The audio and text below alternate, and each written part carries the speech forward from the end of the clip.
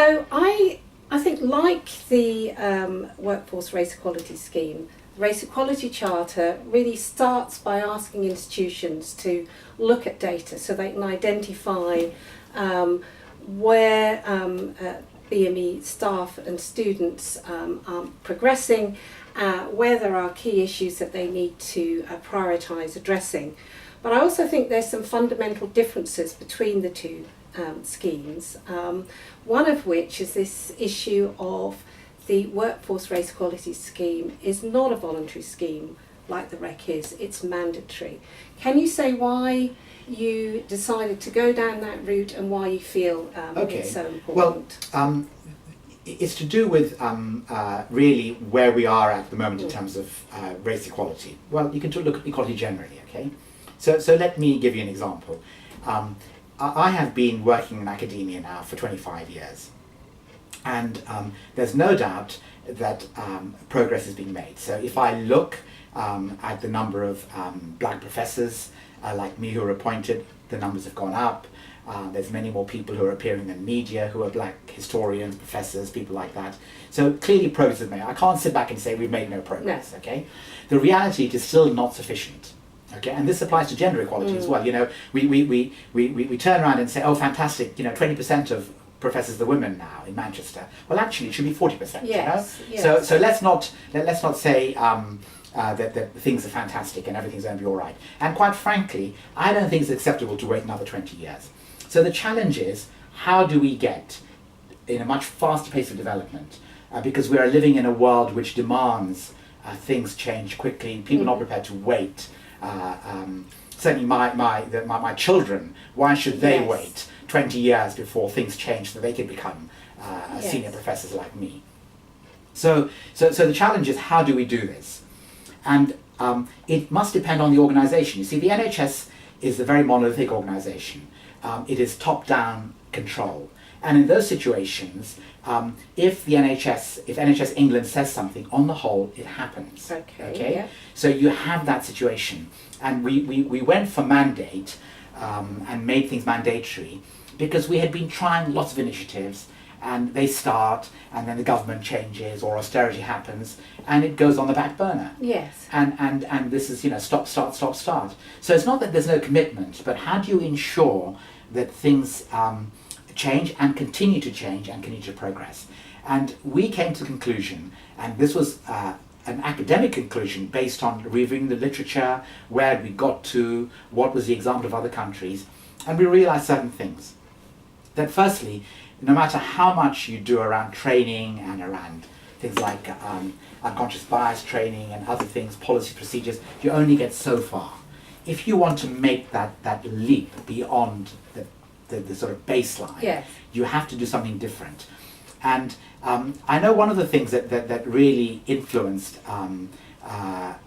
me in convincing Simon Stevens about what we should do was actually based on an example that was used in higher education, when Dame Sally Davis, the Chief Medical Officer, said that that in future they were going to use the £2 billion pounds a year annual funding that they give to the NHS for doing research, which is primarily carried out in academic institutions. In order to even apply for that grant, you had to prove that you were actually making progress around gender equality. Yes. Because, you know, the reality is that it comes back to the same argument.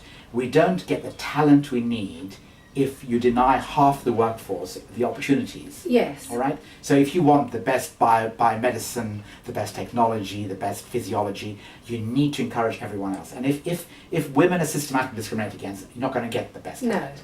No. So she made the fair point, which interestingly was signed off by ministers in the last coalition government, that said, we as a public institution give away £2 billion a year, £2 billion pounds a year in research funding, and surely we can demand and ask certain things. Yes. And the simple thing is that we want evidence. It wasn't just we want policies, we want evidence that you actually can make sure that women in your organizations can rise to the top. And what is that evidence based on? It's based on looking at things like outcomes from recruitment, promotions processes, all the things that someone like me has been arguing for a long, long time. But this time, they were going to attach real money to it. And what Dame Sally said was that you can't even apply for funding if you don't get a basic minimum requirement. And they chose the Athena Swan Charter, which I know the Race Equality Charter is closely modelled on. And what does the Athena Swan Charter do? It is different in that it actually asks for outcomes.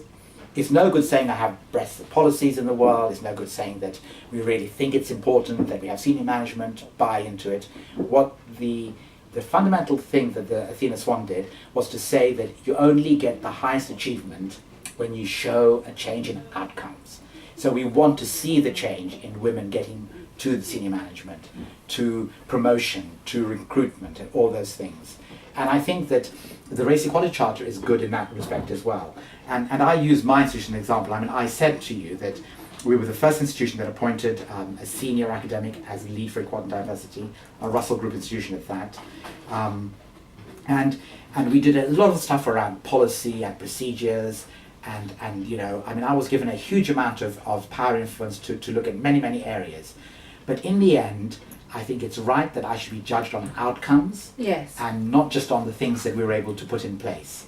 And the reality is that I consider Manchester one of the leading institutions in terms of what it's trying to do around race equality and gender equality, and yet we can only achieve a bronze in race, Yes. and that's quite right, because Yes. in the end we should be judged on our outcomes. Yes. We've achieved Athena Silver status, Yes. because we're doing a lot better around women. But you know, we've been doing issues around gender equality for a lot longer. So I think it's right, and I think that, you know, it's important that institutions are judged, and they're judged with high standards. And it's not just about procedures and policies and training, it's about, in the end, on what you achieve through outcomes.